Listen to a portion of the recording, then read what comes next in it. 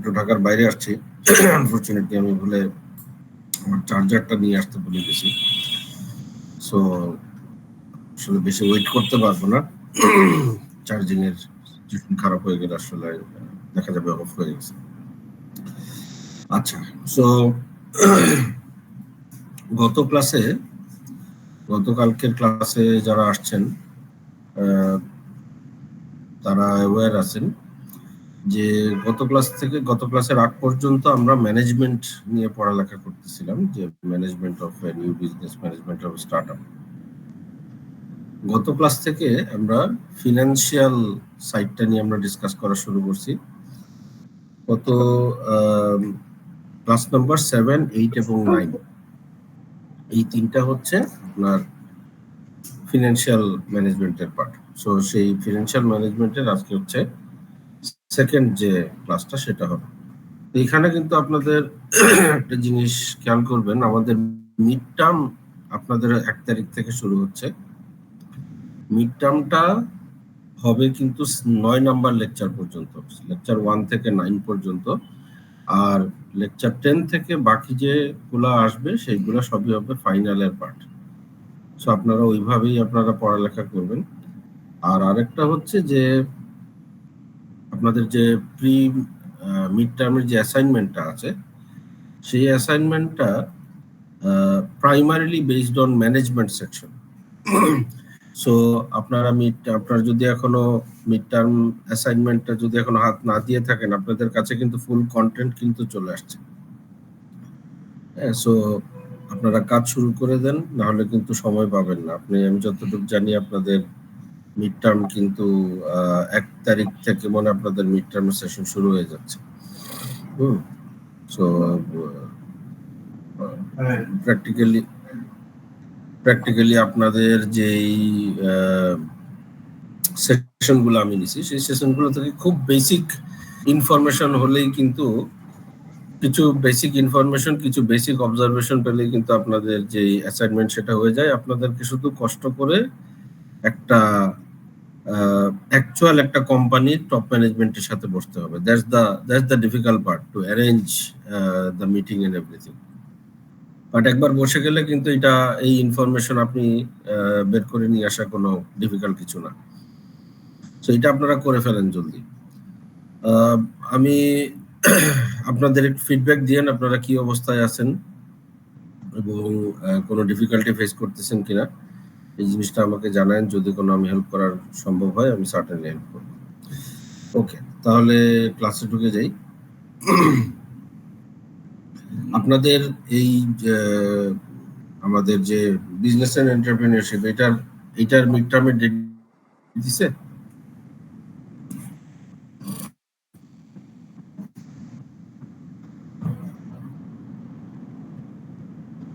Sir আপনার কথাটা বুঝতে পারি না, একবার বলুন। আপনাদের মিড টার্মের কি ডেট দিয়ে দিছে? আমাদের এই কোর্সটা কোন ডেটে হবে? না স্যার, কবে হবে এখনো বলতে পারছি না। আচ্ছা, তবে মনে হয় সেপ্টেম্বরের 1 তারিখ থেকে মনে হয় মিড টার্ম এমনি শুরু হয়ে যাওয়ার কথা, আমি যতটুকু জানি। প্রবাবলি 31 তারিখ মনে হয়, অথবা 1 তারিখ। তারপর দেখেন তো আপনাদের হাতে কিন্তু টাইম নাই। এই যে দেখেন আজকে কিন্তু 18 তারিখ হয়ে গেছে। সো আমাদের মিড টার্ম যদি শেষের দিকেও হয়, তো ধরে নিলাম 7 বা 8 সেপ্টেম্বর, তো আপনার কিন্তু মিড টার্ম যে আমাদের যে অ্যাসাইনমেন্ট সেটা করার কিন্তু টাইম আপনার হাতে নাই। প্লাস অন্যান্য পরীক্ষার পড়ালেখা তো আপনাদেরকে করতে হবে। তো এটা কিন্তু আপনারা চেষ্টা করেন এই উইকের মধ্যে আপনারা ধরে কাজটা শেষ করে ফেলার চেষ্টা করেন, নাহলে কিন্তু অন্য পড়ালেখার প্রেসারে খুব বেশি অসুবিধায় পড়ে যাবে। আচ্ছা, তো গত ক্লাসে আমরা আমাদের যে ফিনান্সিয়াল সাইডটা সেটা আমরা ডিসকাশনের শুরু করছিলাম। লাস্ট ক্লাসে আমরা যেটা দেখলাম যে present value, future value, time value of money, এই জিনিসগুলো নিয়ে আমরা একটু পড়ালেখা করলাম। যে ওভার দ্য টাইম টাকার ভ্যালু কমে যায়। টাকার ভ্যালু কমে যাওয়ার অন্যতম প্রধান কারণটাই হচ্ছে বেসিক্যালি ইনফ্লেশন। যে মার্কেটে টাকার পরিমাণ বেড়ে গেছে, এই কারণে যে টাকার ভ্যালু কমে গেছে, যেটা রেজাল্ট হিসেবে জিনিসপত্রের দাম বেড়ে গেছে। এখন প্রেজেন্ট ভ্যালু, ফিউচার ভ্যালু, এই জিনিসগুলো কেন আমাদের বোঝা দরকার? এই জিনিসটা এই কারণে বোঝা দরকার যে আমাকে আগামী বছর কত টাকা রেভিনিউ দিবে সেটা আসলে আজকে সেটার মূল্য কি, সেই জিনিসটা বোঝা, সেই জিনিসটা বুঝে আমরা অ্যাকচুয়ালি সেটার উপর ভিত্তি করে আমাদের ডিসিশন অনেক সময় নিতে, অনেক ধরনের বিজনেস ডিসিশন আমাদেরকে নিতে হয়। হ্যাঁ, সো এই জিনিসগুলা প্রেজেন্ট ভ্যালু, ফিউচার ভ্যালু, এই জিনিসগুলো, এই অ্যানালিসিস গুলা থেকে পাওয়া যায়। আমি অলরেডি আপনাদেরকে স্লাইড গুলো শেয়ার করে দিছি, স্লাইড আপনারা দেখে নিন। গতকালকে যারা আসছেন হোপফুলি তারা একটু বেটার বুঝবেন। সো আজকের যে সেশনটা সেটা হচ্ছে capital budgeting tools, payback, net present value এবং internal rate of return, IRR.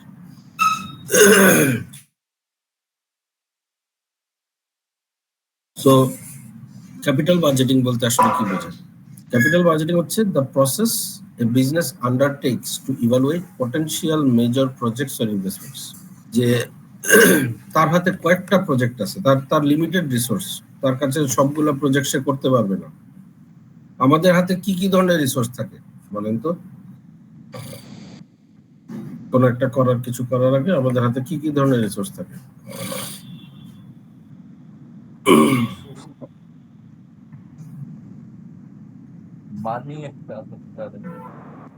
মানি একটা থাকতে পারে। Of course money, then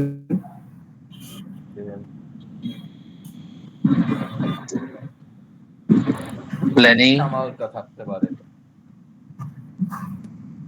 planning is not a resource, time is a resource. হ্যাঁ, আপনার সবচাইতে বড় রিসোর্স হচ্ছে টাইম, দ্বিতীয়টা হচ্ছে মানি, তৃতীয়টা হচ্ছে আপনার এফোর্ট, ইউ ইয়োরসেলফ একটা রিসোর্স। সো এই যে বিভিন্ন ধরনের রিসোর্স, সেগুলো তো আমাদের হাতে খুবই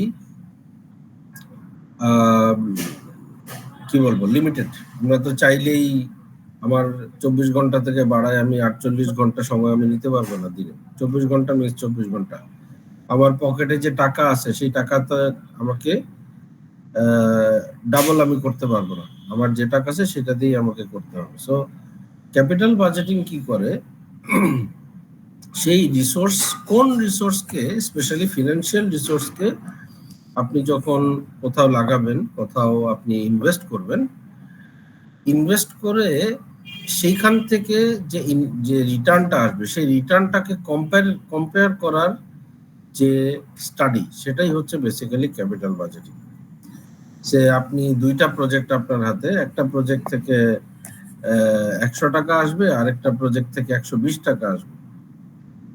তো এইটা যে বুঝে আপনি 120 টাকার প্রজেক্টটাই আপনাকে করা, সেই হিসাবটা আপনাকে করতে আসলে ক্যাপিটাল বাজেটিং আপনাকে সাহায্য করবে। কারণ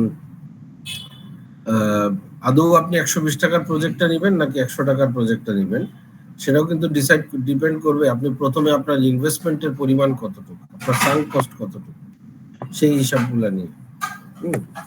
ওকে, সো ক্যাপিটাল বাজেটিং হচ্ছে process to evaluate long term investments. আমরা কিন্তু প্রায় সময় দেখি যে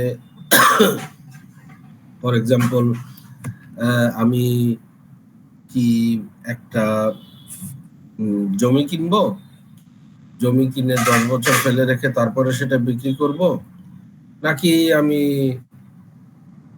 ওই সেম টাকা দিয়ে আমি কথার কথা আমি 3টা সিএনজি কিনবো, সিএনজি কিনে আমি সেগুলো ভাড়া দিব, যেটা আমাকে প্রতি মাসে মাসে আমাকে টাকা ফেরত দিবে বা প্রতি সপ্তাহে সপ্তাহে টাকা ফেরত দিবে। কোনটা আমার জন্য বেটার? আমি কি সিএনজি কিনে ভাড়া দিব, অথবা গাড়ি কিনে উবারে ভাড়া দিব, নাকি আমি জমি কিনবো? এই যে ডিসিশনটা বের করার যে প্রসেসটা, সেটাই হচ্ছে ক্যাপিটাল বাজেটিং। তো এখানে কি কি করা হয়, যে নতুন প্রোডাক্ট আমি বের করব কিনা, আমি আমার ফ্যাক্টরি বা বিজনেস এক্সপানশন করব কিনা, আমার টেক আপগ্রেড করব কিনা। একটা টেক আপগ্রেড করা একটা প্রোডাক্টের কিন্তু অনেক বড় ব্যাপার, অনেক সময় এবং অনেক কস্ট লাগে, সেটাকে আমরা করব কিনা। এই জিনিসগুলো আমাদেরকে বুঝতে ক্যাপিটাল বাজেটিং সাহায্য করে। তো ক্যাপিটাল বাজেটিং এর অন্যতম একটা বিশেষত্ব হচ্ছে যে এনপিভি বলি, present value, future value, net present value, এই সবগুলাই হচ্ছে প্রজেক্টেড ক্যাশ ফ্লো ধরে, এটা কিন্তু অ্যাকাউন্টিং প্রফিট ধরে না। এইখানটাতে আপনাদের একটু বুঝতে হবে যে অ্যাকাউন্টিং এবং ক্যাশ ফ্লো দুইটার মধ্যে তফাৎ কোথায়, কেউ কি বলতে পারবেন? অ্যাকাউন্টিং রেভিনিউ আর ক্যাশ ফ্লো রেভিনিউ দুইটার মধ্যে তফাৎ কি, বা অ্যাকাউন্টিং প্রফিট আর cash flow profit, any idea? Accounting revenue আর ক্যাশ ফ্লো রেভিনিউ।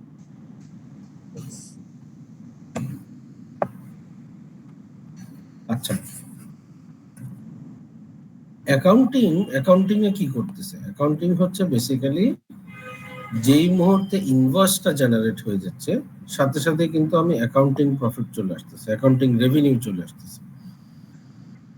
সো আপনার একজন কাস্টমারকে, সে ফর এক্সাম্পল আপনার ইউনিভার্সিটির, আপনি এই মাসে আপনার সেমিস্টার ফি দেওয়ার কথা, তো সেমিস্টার ফিটা যখনই ইউনিভার্সিটি আপনার নামে সেমিস্টার ফিটা সে ইনভয়েসটা জেনারেট করলো যে আমি মিস্টার এক্স এর কাছ থেকে, মিস্টার এক্স যেহেতু একজন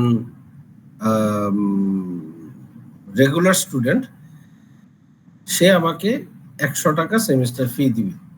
এই যে যেই মুহূর্তে এটা সিস্টেমে রেজিস্টার হয়ে গেল সাথে সাথে কিন্তু এটা অ্যাকাউন্টিং রেভিনিউ হয়ে গেল, বা আমার নামে যখন ইনভয়েসটা জেনারেট হয়ে গেল সাথে সাথে কিন্তু অ্যাকাউন্টিং রেভিনিউ হয়ে গেল। কিন্তু দেখা গেল যে আপনি সাথে সাথে আসলে টাকাটা দিলেন না, আপনি টাকাটা দিলেন কথার কথা 1 মাস পরে।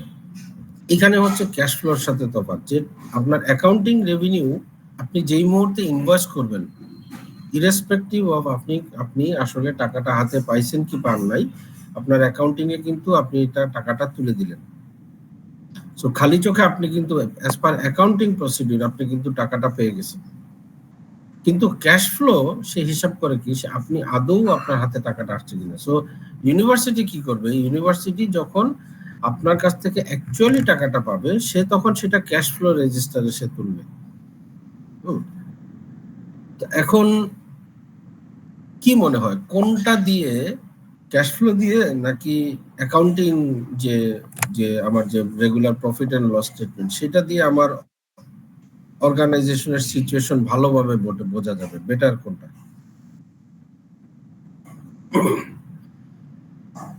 আমি গত ক্লাসে যেমন এটা অনেক ডিটেইলে আমরা ডিসকাস করছি যে এই যে বিভিন্ন ব্যাংক 100, 200, 300 কোটি টাকা প্রফিট দেখাচ্ছে, অথচ দিন শেষে আমরা এক্সিম ব্যাংকের এক্সাম্পল নিয়ে বলছিলাম যে সে অ্যাকাউন্টিং প্রফিট দেখাচ্ছিল হিউজ, কিন্তু আসলে তার কাছে কোনো টাকা নাই। সো ওই ডিটেইলে আর এখন যাচ্ছি না, বাট কি মনে হয় which one gives the better কি বলবো look at the business, মানে প্রফিট এন্ড লস স্টেটমেন্ট, যে অ্যাকাউন্টিং রেভিনিউ নাকি ক্যাশ ফ্লো রেভিনিউ, কোনটা দেখলে আপনার বিজনেসের অবস্থা আপনি আরো বেটার বুঝবেন?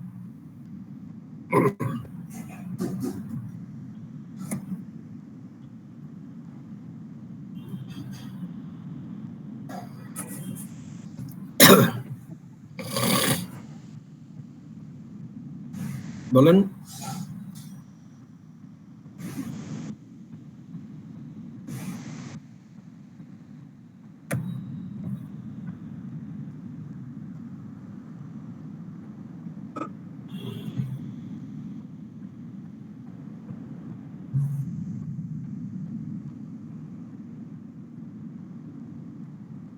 আমি কি জিনিসটা বুঝাইতে পারছি? The difference between accounting revenue or cash flow revenue?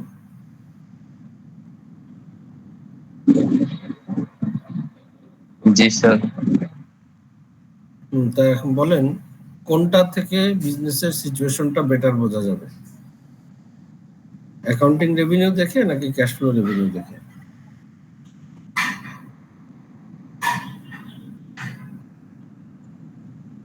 একটা হচ্ছে আপনি ইনভয়েস করলেই রেভিনিউ উঠে যাচ্ছে, আরেকটা হচ্ছে হাতে টাকা পাইলে তারপরে আসলে আপনি রেভিনিউটা অ্যাকনলেজ করতেছেন যে এই টাকাটা আসলেই আসছে। কোনটা আমার বিজনেসকে বেটার বুঝতে সাহায্য করবে? স্যার হাতে টাকা পেলে এটা আসলে প্রফিট হচ্ছে ওইটা। হাতে টাকাটা যখন পাবো তখন যদি আমি তখন আমি জিনিসটাকে কনসিডারেশনে নেই, তাহলে এটা আমার বিজনেসটাকে রিয়েল সিনারিওটা বুঝতে সাহায্য করবে। অনেক সময় কি হয়, খাতায় কলমে আপনার প্রফিট থাকে, হিউজ প্রফিট থাকে, কিন্তু আপনার স্যালারি দেওয়ার মতন কোনো টাকা নেই। এটা তখনই ঘটে যখন আসলে আপনি আপনার টাকাটা মার্কেটে আটকায় থাকে। এবং এটা অনেক অনেক কোম্পানি আছে, ধরেন মাসে তার 50 কোটি টাকা সেল, কিন্তু সে সময় মতন এমপ্লয়ীদের স্যালারি দিতে পারে না, কেননা ওই সেলটার টাকা মার্কেটে আটকায় আছে। সো ক্যাপিটাল বাজেটিং এ কি করে যে জেনারেলি যখন অ্যানালিসিস গুলো করা হয় তখন কিন্তু অ্যাকাউন্টিং রেভিনিউ ধরে কাজ করা হয়, but capital budgeting A say accounting revenue ধরে না, সে ধরে হচ্ছে ক্যাশ ফ্লো রেভিনিউ এবং particularly cash flow profit. So আপনার খরচ বাদ দেওয়ার পরে যে টাকা, রেভিনিউ থেকে খরচ বাদ দেওয়ার পরে যে টাকা, তখন যদি প্রফিট থাকে তখনই আসলে সে এই যে ক্যাপিটাল বাজেটিং প্রসেস সেই জিনিসটা তখন তাকে কনসিডার করে। সো জাস্ট টাকা আসতেছে তার মানে হচ্ছে যে আমি ব্যবসায় ভালো করতেছি এটা না, আমাকে প্রফিট করতে হবে, খরচ বাদ দেওয়ার পরেও আমার হাতে সাফিসিয়েন্ট পরিমাণ টাকা থাকতে হবে, অনলি দেন আমি ক্যাপিটাল বাজেটিং প্রসেসে সেটা আমি কনসিডারেশনে আনবো।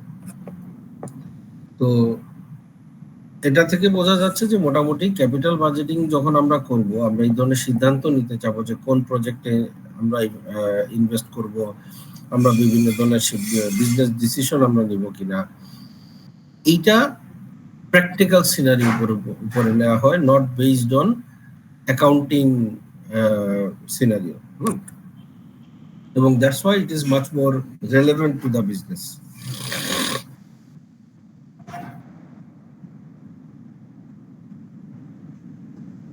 ওকে, সো এই ক্যাপিটাল বাজেটিং এর আসলে এই জিনিসগুলো অনেক ডিপ, অনেক ডিপ। এই ক্যাপিটাল বাজেটিং নিয়েই আপনি ধরেন যারা ফিনান্সে যারা পড়ালেখা করেন, এইগুলা নিয়েই তাদের মাল্টিপল কোর্স তাদের করতে হয়। এক একটা ক্যাপিটাল বাজেটিং এর ভিতরে আবার অনেক ধরনের ইনডেপথ জিনিসপত্র আছে।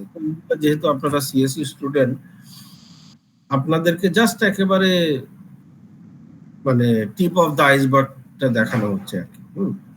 তো এটার অনেক কি বলবো, এটাকে খুবই সহজভাবে, খুবই সিম্পলিস্টিক ওয়েতে আপনাদের সামনে নিয়ে আসা হচ্ছে।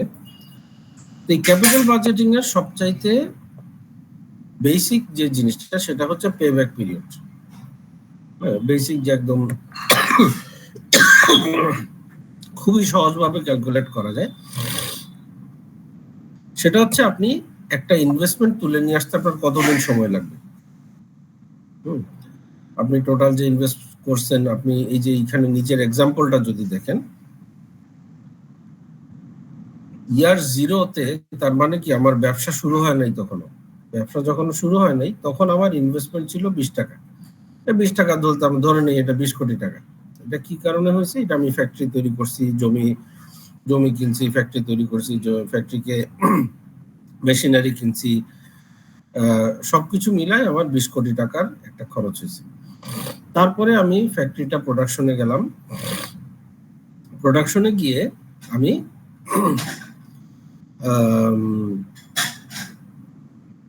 সেখান থেকে জিনিসপত্র উৎপন্ন করলাম, করে আমি মার্কেটে বিক্রি করলাম, মার্কেটে বিক্রি করে আমার প্রফিট হইল 5.5 টাকা প্রফিট। এটা কিন্তু একটা মনে রাখতে হবে, এটা কিন্তু রেভিনিউ না, রেভিনিউ হয়েছে আরো বেশি, বাট রেভিনিউ থেকে খরচ বাদ দেওয়ার পরে আপনার প্রফিট হচ্ছে 5.5 টাকা। আমরা যদি ডানের কলামটা দেখি যে কিউমুলেটিভ ক্যাশ ফ্লো, যে আমি নেগেটিভে ছিলাম 20 টাকা, সেখান থেকে 5.5 টাকা পূরণ হয়ে গেল, আমি থাকলাম 14.5 টাকা নেগেটিভে। এর পরের বছর আমি 5 টাকা প্রফিট করলাম, তার মানে কি 14.5 থেকে আরো 5 কমে গেল, 9.6 হইলো। তারপরের বছর আরো 4.5 টাকা প্রফিট করলাম, তখন আমার কিউমুলেটিভ ক্যাশ ফ্লো হলো 5.1। এইভাবে করে করে দেখা গেল যে এই যে টোটাল 20 টাকা আমাকে কভার করতে 4.3 ইয়ার্স টাইম লাগলো। এই যে এই টাইমটা লাগলো 4.3 ইয়ার্স, এটাকে বলে হচ্ছে পে ব্যাক পিরিয়ড। সো আপনি যখন ইনভেস্ট করবেন কোথাও, আপনার সবচাইতে প্রথমে এই জিনিসটা আপনার আসতে হবে যে এটা ফেরত, আমার এই টাকাটা ফেরত আসতে কতদিন লাগবে। কবে তুমি কেউ আপনার কাছে টাকা ধার চাইলো, বললো আপনার স্বাভাবিকভাবে আমার প্রথম যে প্রশ্নটা থাকে সেটা হচ্ছে তুমি কবে টাকা ফেরত দিতে পারবে। এটা হচ্ছে বেসিক্যালি পেব্যাক পিরিয়ড, যে আপনার বিজনেসে আপনাকে আপনার যে ইনভেস্টমেন্ট, সেই ইনভেস্টমেন্টটা তুলে নিয়ে আসতে কতদিন লাগবে। এরপর থেকে বেসিক্যালি আপনি প্রফিট পাওয়া শুরু করবেন। এখন এইটার সাথে আমরা বাম পাশে দেখেন discounted cash flow, discount rate, এই জিনিসগুলো আসছে। তো ডিসকাউন্ট রেট বলতে হচ্ছে এখানটাতে মূলত প্রাইমারিলি ইনফ্লেশনকে বোঝানো হচ্ছে। ইনফ্লেশনের সাথে ইনভেস্টমেন্টের ডিসকাউন্ট রেটে আরো জিনিসপত্র, রিস্ক ফ্যাক্টর এন্ড এভরিথিং, এই জিনিসগুলো থাকে। আপাতত তো আমরা টু কিপ ইট সিম্পল আমরা ডিসকাউন্ট রেট হিসেবেই ধরি। ডিসকাউন্ট রেটের ভিতরে ধরে নিলাম যে ইনফ্লেশনটা সবচেয়ে কম। সো 10% হারে টাকা ডিভ্যালু হচ্ছে প্রতি বছর 6 টাকা। আপনাকে বলা হলো যে প্রতি বছর আপনার প্রফিট হবে 6 টাকা, কিন্তু সেই ডিসকাউন্ট রেট হচ্ছে 10%। তো আপনারা দেখেন ইয়ার 1-এ গিয়ে 6 টাকার 10% যদি আমরা ডিভ্যালু করে ফেলি, সেটা হচ্ছে 5.5 টাকা হচ্ছে। ইয়ার 2-তে গিয়ে 6 টাকার 10% দুইবার ডিসকাউন্টিং হচ্ছে, তো সেইটার কারণে হয়ে গেল সেটা 6 টাকা হয়ে গেল 5 টাকা। তার মানে কি আমার নেট প্রেজেন্ট ভ্যালু আসলে ওই 6 টাকার জায়গায় এটা হচ্ছে 5 টাকা। আমার ইয়ার 3-তে গিয়ে 6 টাকা হয়ে গেল 4.5 টাকা, ইয়ার 4-এ হয়ে গেল 4.1, ইয়ার 5 হয়ে গেল 3.7। সো আমরা এটা কি করতেছি, আমরা এটাকে ফিউচার যে ভ্যালুটা আছে, আসলে কিন্তু 6 টাকা করেই আমার আসতেছে, বাট এটাকে আমি যখন নেট প্রেজেন্ট ভ্যালুতে আমি কনভার্ট করে নিচ্ছি at the rate of 10% discount, আমার কিন্তু প্রেজেন্ট ভ্যালু আস্তে আস্তে কমতে থাকলো। আপনি একটা জিনিস খেয়াল করেন, যত সামনের দিকে আগাচ্ছি তত ভ্যালু কিন্তু কমতেছে। কেন কমতেছে বলেন তো? ইনফ্লেশনের জন্য। এক্স্যাক্টলি, ইনফ্লেশনের জন্য। যত সামনের দিকে আগাচ্ছে সেম পরিমাণ টাকারই ডিভ্যালু হয়ে যাচ্ছে, তত বেশি ডিভ্যালু হচ্ছে।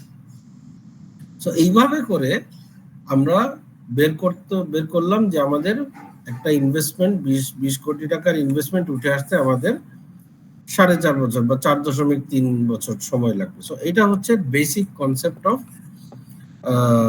Capital budgeting. Simple but ignores time value and cash flow after payback.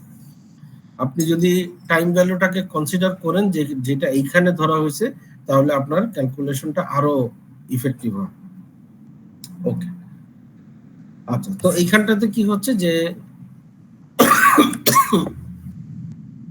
Total 5 লক্ষ টাকা ইনভেস্টমেন্ট, আপনার অ্যানুয়াল ক্যাশ ফ্লো হচ্ছে 1,25,000। অ্যানুয়াল ক্যাশ ফ্লো মানে কি? পজিটিভ ক্যাশ ফ্লো, খরচ বাদ দেওয়ার পরে আপনার যে টাকাটা আপনার হাতে আসতেছে। সো পেব্যাক পিরিয়ড হচ্ছে 4 বছর। এইটার সাথে এইটার তফাৎটা কি? এইখানে যে ছবিটা দেওয়া হলো, এটা এবিট মোর কমপ্লেক্স ছবি। ডিসকাউন্টেড ক্যাশ ফ্লো ধরা হয়েছে ভার্সেস এইটার সাথে এটার তফাৎ কি নিয়ে আইডিয়া?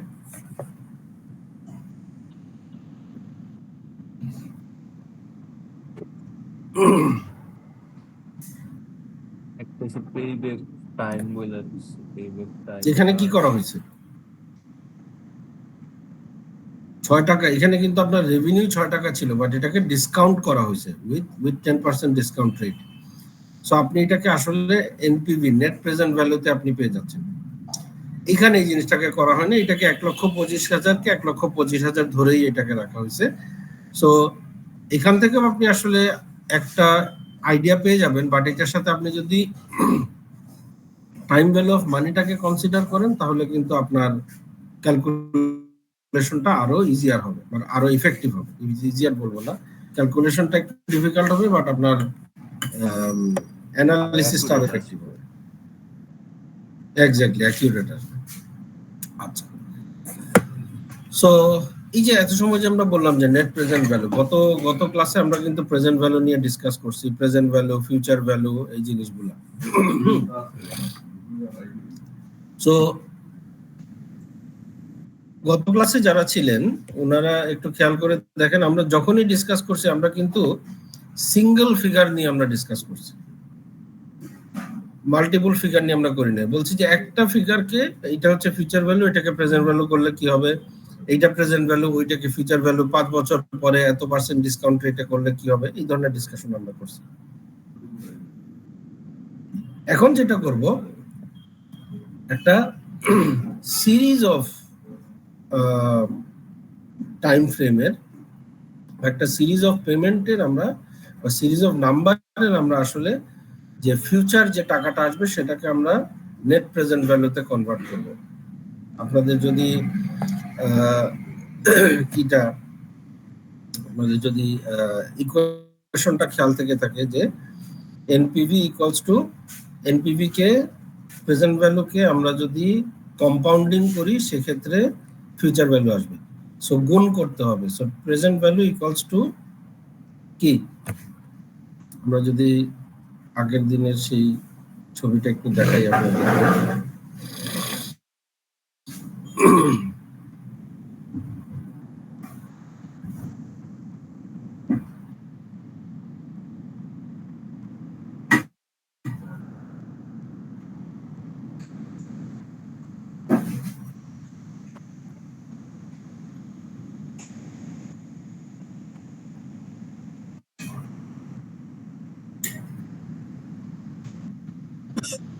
এই যে দেখেন, future value equals to present value into 1 plus r to the power n।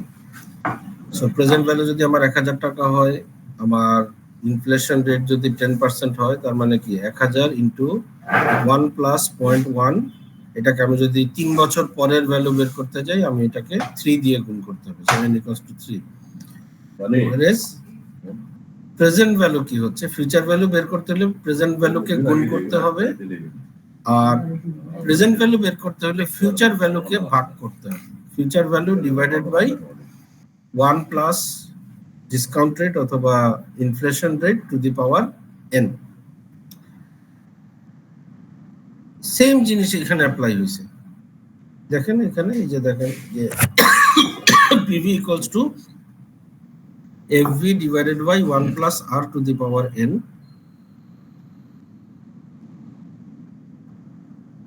future value divided by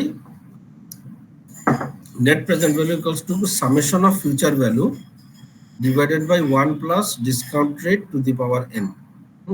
এটাই আমরা যদি এক্সপ্লেনেশনে যাই, সো এনপিভি রেটের মানে কি, যে আমার ফিউচারের 5 বছরের ক্যাশ ফ্লো আমি যদি এটাকে কনভার্ট করে প্রেজেন্ট ভ্যালুতে নিয়ে আসি, সেটার যোগফল যেটা, সেটাই হচ্ছে নেট প্রেজেন্ট ভ্যালু। এই ছবিটা যদি দেখি,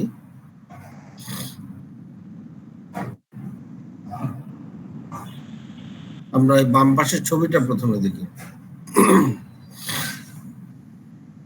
যে প্রথম মাসে আমি 25,000 টাকা পাচ্ছি, দ্বিতীয় মাসে আমি প্রতি মাসে আমি 25,000 টাকা করে পেয়ে যাচ্ছি। আমার ডিসকাউন্ট রেট হচ্ছে 0.6%, 0.64%। যেহেতু এটা প্রতি মাসে করতেছি, এটা বছরে করলে এটা আরো বেড়ে যেত। সো বাৎসরিক যে ডিসকাউন্ট রেট ডিভাইডেড বাই 12 করে প্রতি মাসে আমরা করতেছি। প্রথম মাসেই দেখেন 25,000 টাকার যে ডিসকাউন্ট রেট অ্যাপ্লাই করলে যে 24,841 টাকা। দ্বিতীয় মাসে কিন্তু 25,000 টাকার ভ্যালু হয়ে যাচ্ছে 24,683 টাকা। তৃতীয় মাসে 25,000 টাকার ভ্যালু হয়ে যাচ্ছে 24,526 টাকা। প্রতি মাসে কিন্তু আসলে আমাদের যেই হচ্ছে সেটা কিন্তু আস্তে আস্তে ভ্যালু কমতেছে। এটাকে আমরা যদি এখন ডান পাশে যে এক্সাম্পলটা আছে যে আমি প্রথমে ইনভেস্ট করলাম 5 লক্ষ টাকা, প্রথম বছর আমাকে বললো যে আপনি প্রথম বছর 3 লক্ষ টাকা রিটার্ন পাবেন, দ্বিতীয় বছর 3.5 লক্ষ টাকা রিটার্ন পাবেন। তো খালি চোখে আমরা কি দেখতেছি 6.5 লক্ষ টাকা রিটার্ন, বাট এটা আসলে প্রেজেন্ট ভ্যালুতে কত টাকা।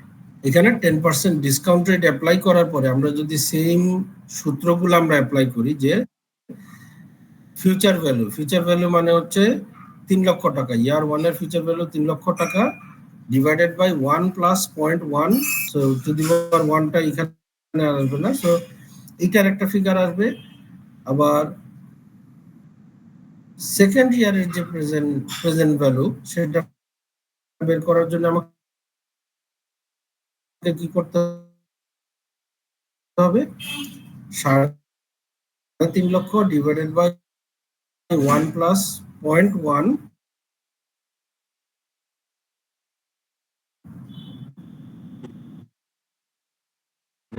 স্কোয়ার, এটা করে একটা ফিগার হবে। এই দুইটাকে যোগফল করলে আমি পেয়ে যাব নেট প্রেজেন্ট ভ্যালু।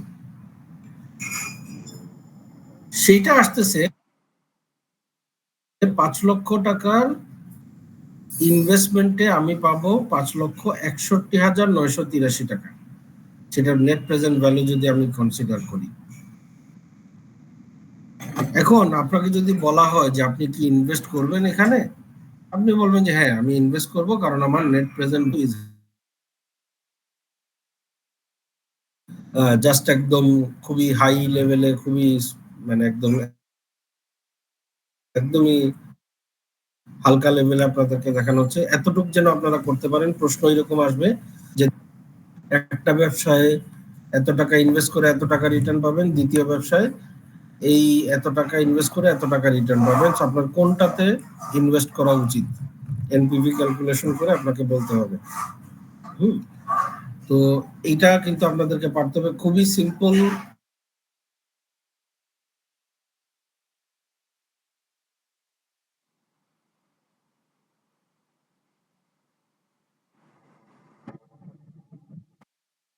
তারের গানের শুনতে আসছে।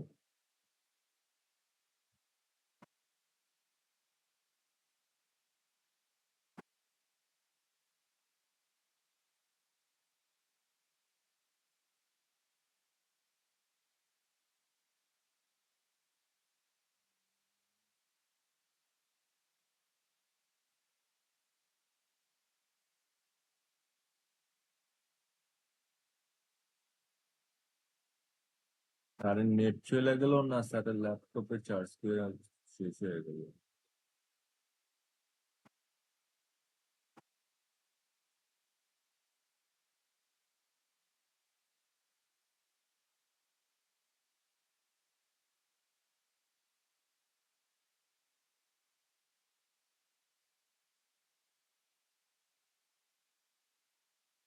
আর কিছু বলতেছেন, শোনা যাচ্ছে না।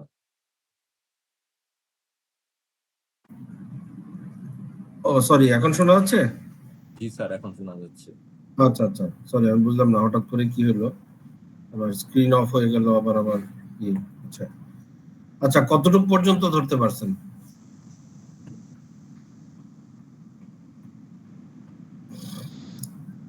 এই এই স্লাইডটা দেখছেন আপনারা?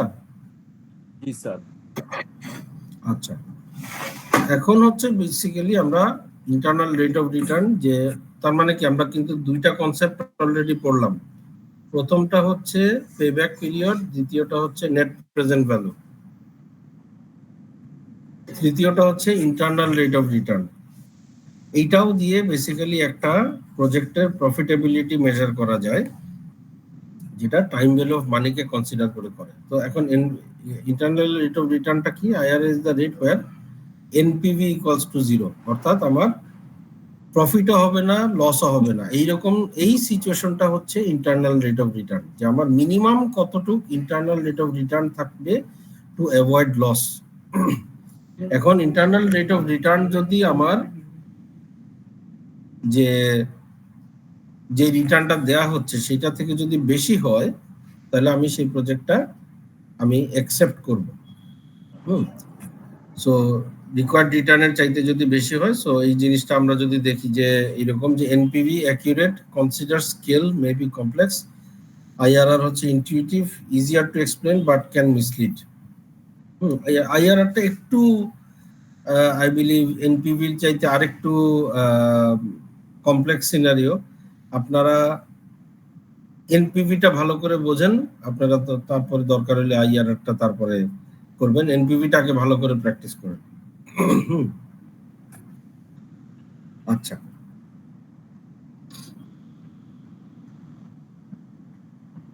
এখন আপনি একটা বিজনেস দিচ্ছেন, আপনি স্টার্টআপ আপনি বিজনেস দিবেন। আপনার কাছে দুইটা বিজনেসের অপশন, একটা হচ্ছে আপনি জিন্স নিয়ে বিজনেস করবেন, দ্বিতীয়টা আপনি স্পোর্টস ওয়্যার নিয়ে বিজনেস করবেন।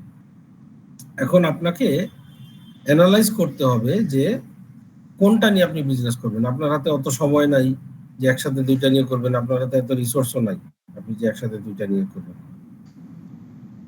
সো এইটা আপনি কিভাবে ডিসিশন নেবেন? এই যে ক্যাপিটাল বাজেটিং করে, যে আপনি চুজিং বিটুইন প্রোডাক্ট লাইনস, আপনি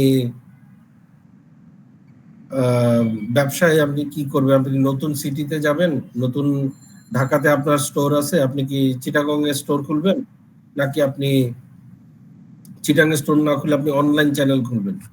তো কি করে, কি কত টাকার ইনভেস্টমেন্ট, সেখান থেকে কত টাকা রিটার্ন আসবে, এই জিনিসগুলো বুঝে তারপরে এই সিদ্ধান্তগুলো নিতে আমাদেরকে সাহায্য করে। তো এখন আমরা দেখলাম যে এরকম আপনার এই যে এইরকম দুইটা প্রজেক্ট এ প্রজেক্ট বি আছে। সো প্রজেক্ট এ তে প্রথমে 2 লক্ষ টাকা ইনভেস্ট করতে হবে, তারপরে প্রতি বছর 1 লক্ষ করে আমি ফেরত পাবো। অর্থাৎ খালি চোখে আমি দেখতেছি 3 লক্ষ টাকার একটা রিটার্ন আছে ওভার 3 ইয়ার্স। এখন আমাকে বুঝতে হবে এটার এনপিভি কত।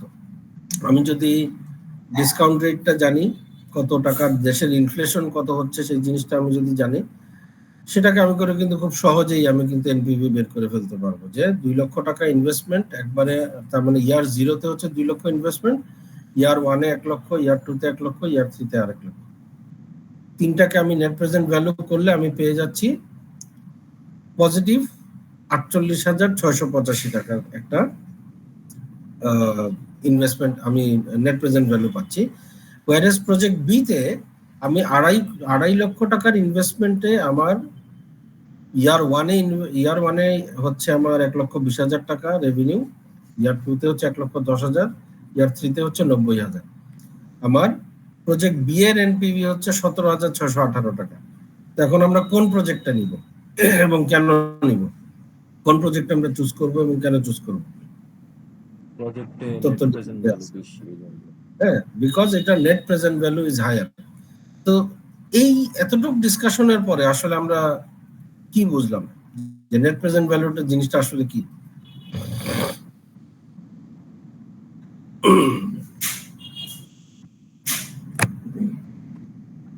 আয়টা কত আছে এটা বোঝাচ্ছে।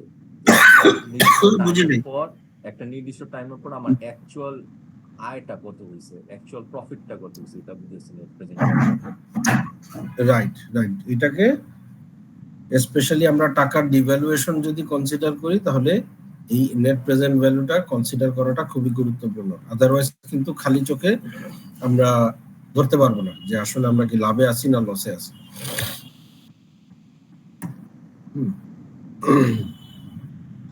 সো আমরা যদি সামারি করি, দেখতে হবে যে বেসিক জিনিসটা হচ্ছে যে আমরা payback is fast but limited, অর্থাৎ আমরা পেব্যাক পিরিয়ড যদি আমরা জানতে পারি সার্টেনলি এটা আমাদের জন্য একটা ভালো বোঝার জিনিস। বাট পেব্যাক পিরিয়ড ধরেই কিন্তু আসলে আমরা একটা কম্প্রিহেন্সিভ ডিসিশন আমরা নিতে পারবো না।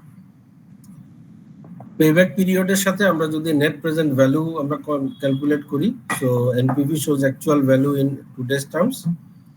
এইটার সাথে আমরা যদি আইআরআর কনসিডার করি, ইন্টারনাল রেট অফ রিটার্ন, যে হেল্পস কম্পেয়ার ইনভেস্টমেন্ট অ্যাট্রাক্টিভনেস, এই তিনটা যখন একসাথে আমরা কনসিডার করব আমরা আসলে সিদ্ধান্ত আমরা বেটার নিতে পারবো। Always assess startup investment before committing.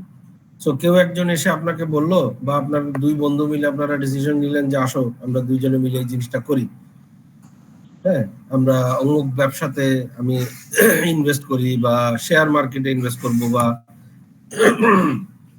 আমরা একটা রেস্টুরেন্ট দিব, সেখান থেকে এত টাকা আসবে, যেটাই হোক না কেন, এই ধরনের অ্যানালিসিস ছাড়া আসলে ব্যবসাতে নামা ঠিক না। একটা বিজনেস ফোরকাস্টিং করবেন, কত টাকা রেভিনিউ আসবে, কত টাকা সেই রেভিনিউ কত টাকা খরচ হবে, সেটা বুঝে এই ধরনের অ্যানালিসিস করে তারপরে আপনি ব্যবসাতে আপনাকে নামতে হবে। হ্যাঁ, ওই যে খালি চোখে যে হ্যাঁ দুই বা তিনজন মিলে টাকা দিলাম 2 লক্ষ টাকা করে, তারপরে ব্যবসাতে লেগে গেলাম, এটা হইলে আপনার টাকাটা নষ্ট হওয়ার পসিবিলিটি অনেক বেড়ে যাবে, হ্যাঁ খুব বেশি। সো একটু চিন্তা ভাবনা করতে হবে যে কোনো সিদ্ধান্ত নেওয়ার আগে, একটু অ্যানালিসিস করতে হবে। আর আসলে বর্তমান দিনে চ্যাট জিপিটির যে টাইমটা, চ্যাট জিপিটিতে এইগুলা দিলে কিন্তু সে অটোমেটিক্যালি ক্যালকুলেট করে দেয় আপনাকে। সো আপনাকে যা শুধু কষ্ট করে ফোরকাস্টিং গুলা তৈরি করতে হবে, তারপরে কিন্তু এনপিভি কত, আইআরআর কত, কি হবে না হবে সবকিছু কিন্তু চ্যাট জিপিটি কিন্তু আপনাকে বের করে দিবে, আপনি শুধু শর্তগুলা দিয়ে দিবেন। তো এখন সিদ্ধান্ত নেওয়া আরো ইজিয়ার হয়ে গেছে। আগে তো আপনাকে এই জিনিসটা জানে এমন একটা মানুষের কাছে যাওয়ার দরকার হইতো, এখন কিন্তু সেটার প্রয়োজনও নাই, আপনি সব ইনফরমেশন দিয়ে দিবেন, চ্যাট জিপিটি আপনাকে এগুলা বের করে দিয়ে দিবে। সো এখন কিন্তু আপনি আসলে যদি বলেন যে বিজনেসে বুঝি নাই দেখে বিজনেসে লস করছি, বা এটা আমাকে কেউ আগে বলে নাই, এটা কিন্তু আসলে বলার কোনো উপায় নেই। আপনি নতুন যে কোনো বিজনেস করবেন, আপনাকে কিন্তু এই যে এই ফ্যাক্টরগুলোকে চিন্তা করে আপনাকে সামনে আগাইতে হবে। ওকে, সো এটাই মোটামুটি আজকের ক্লাস। এখন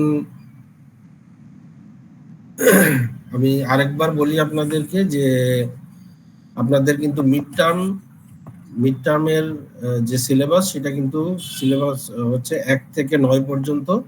আমরা 8 আজকে কভার করে ফেললাম, আগামী ক্লাসে ইনশাল্লাহ 9 নাম্বার আমরা কভার করে ফেলবো। আমাদের মনে হয় একটা বা দুইটা একটু কি বলে এটাকে মেকআপ ক্লাস হয়তো বা নিতে হবে। আর আপনাদের